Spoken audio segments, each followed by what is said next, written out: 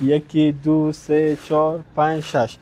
همتون از گوسفند رو خریداری کردیم. 6 راس گوسفند مربوط فامیل محترم انوری میشه که صدقه مد نظر گرفتن. یک راس هم مربوط برادر مفهم جان و یک راس دیگر هم مربوط برادر عزیزمان اسد جان میشه. همراه با نان خشک و روغن قرار است که به نیازمندترین افراد در ولایت هرات توزیع کنیم. اگه قصاب آماده است بخیر. بله بریم دیگه. بله. بگی بریم بیا. بیا بخیر نه.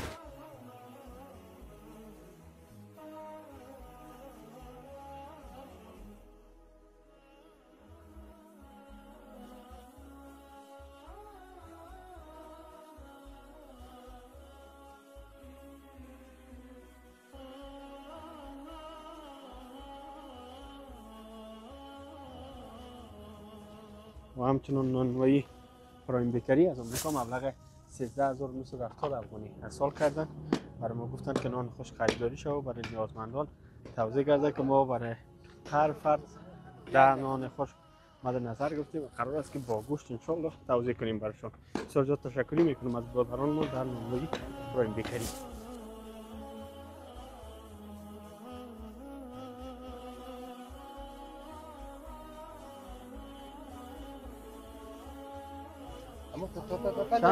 چند تایش اویخی ریزه ریزه کردی؟ 8 تایش؟ 8 نه یکی دو سه چهار تایش نیمش مانده نه؟ بله بقیه‌اش توته کردیم. بله خیلی خوب است. ایشان بخیر تیز توته کنی که بریم ما اونجا پاکت میکنیم وقت ما کم مونده. صحیح؟ صحیح بچش. ای ما چطور گوشت برا؟ باب روز افطاری در رمضان. خواهی ما اینجا پلاستیک کردن شروع میکنیم. بیاین همکارا بخیر که شروع کنیم پلاستیک.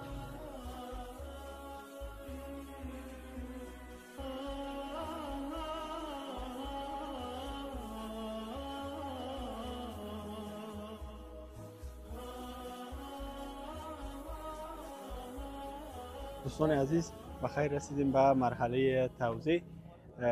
تقریبا 1 یا 1.5-2 کیلو گوشت مد نظر گرفتیم. 10 قرص نان است و یک قوطی روغن هم برای مستحقین در ولایت هرات مد نظر گرفتیم و همکارای ما رفتن از سطح شهر مستحق‌ترین افراد جمع آوری کردن و به تعداد 120 تن از افراد نیازمند قرار است که برایشان این مواد بخیر توزیع کنیم. جا داره که یک سپاسگزاری کنم از روی دست هموطنان و مهربانان عزیز ما که سهم گرفتن در این برنامه ما، سخاوتمندی کردن. اونا الگویی از سخاوت، الگویی از ایثار و فداکاری هستند برای ما که میخوایم نام برم ازشان. یک خواهر خیراندیش ما از آمریکا مبلغ 7060 افغانی مد نظر گرفتن که دعا میکنیم الله متعال مشکلات از اینا را حل بگردانه و خداوند اجر این خیراتشان به دربار خود قبول منظور بگردانه.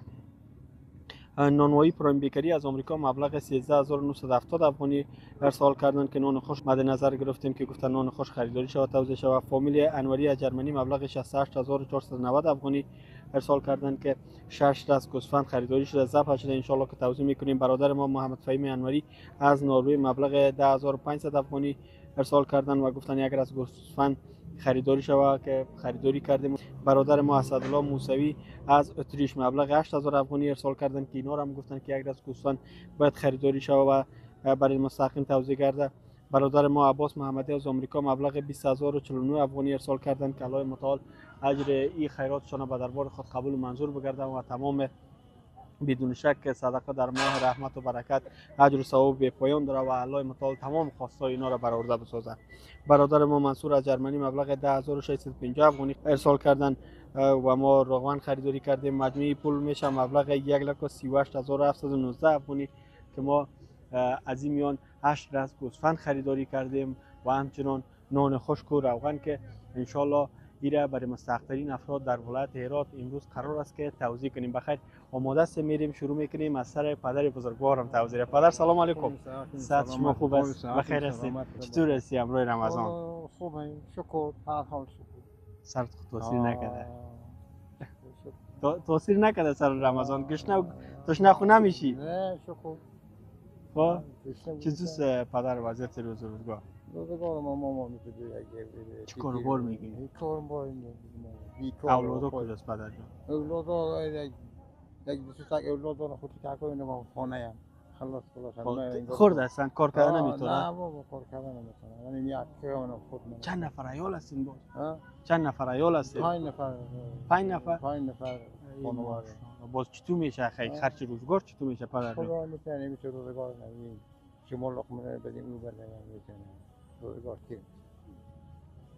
خدا بزرگ است پدر. خدا بزرگ است. یک سوال کنم اجازه است؟ نه چرا؟ چند سال است پدر جون؟ من آه 70 شو. ای ماشاءالله ای ماشاءالله نام خدا هنوزم بقوت هستی هنوزم بقوت هستی از ما جوان نکرده هنوزم خودت بقوت هستی. خدا من دعای خیر میکنم. بیا پدر جان بیا پدر عزیزم که بخیر شروع کنیم از سر خودت. بریم بخیر روغن پدر بده مرا اینه پدر جون میتونی گرفته ها این نون خشکم است پدر جون بی در یک گوشتم ده اینه پدر برو بخیر بری پدرم طرف خونه برو بخیر بری الله نگهدار. بیا کوکن سلام علیکم صحت شما خوب است بخیر هستین زنده جانتون کم شنو خب گوشایتون نمیشنوه کم شنوه خداوند شفا بده خداوند شفا بده خدا شفایتون بده زنده باشی اینه بیار گوششانم بده بره بخیر باش ده چیت بانم در خلطه یک بانم ایشان بانم یا نه خب بره خیر بخیر بره بره بخیر بره بره بخیر. بیا پدر جان پدر بیا سلام علیکم صحت شما خوب است بخیر هستین الحمدلله ان شاء الله که اعضای فامیل مگه خوب هستن شکر عزا باش شکر چکار کاروبار دیگه یعنی خدا یعنی هر چی که اولاد به ما میداد به زیر زمین میکردم.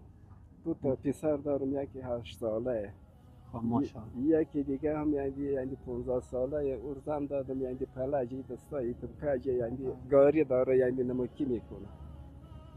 انا برادر یعنی دو تا دخترکای لاغری دارم یکی منم زنی انا معروفی هنوزم خودت کار میکنی هنوزم خودی ما کار میکنم پارسال تا به حالی پارسال ما براتون به اسلام غلط دو ما نگی کردم ما 9000 یعنی همونا رو آوردم مردم به شولی پسته میرفت بفهمیدی یک ماه میدونی براتون یعنی خوارزاده های ما بود یعنی یک ماه یعنی به یک ماه 20000 به ما بده پارسال تا به حالی به همین 8 نفر همینا یعنی ما مصرف کردم تا خودت الگوی از همت هستی همت داری کار میکنی زحمت میکشی به خاطر یک لقمه نان حلال خداوند اجرش براتون بده زنده باشی.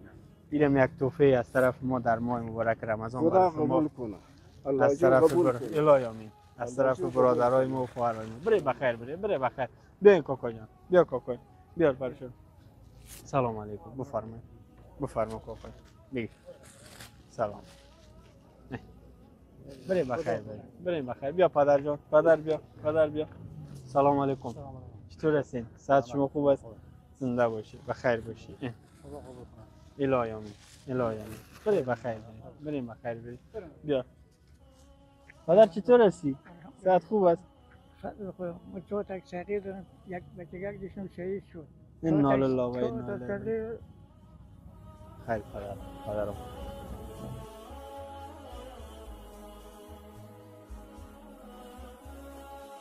تو سری بگردم و پیروان میگرد چون ماشه تو میرم سوال میکنم در پیو مسلمان رو همون یک دکمه میشه نموشو تو سری رو یک پیدا فیلم دیگه کس نیست در خانه کار کنه؟ نه تنها خودت کار میکنی؟ بله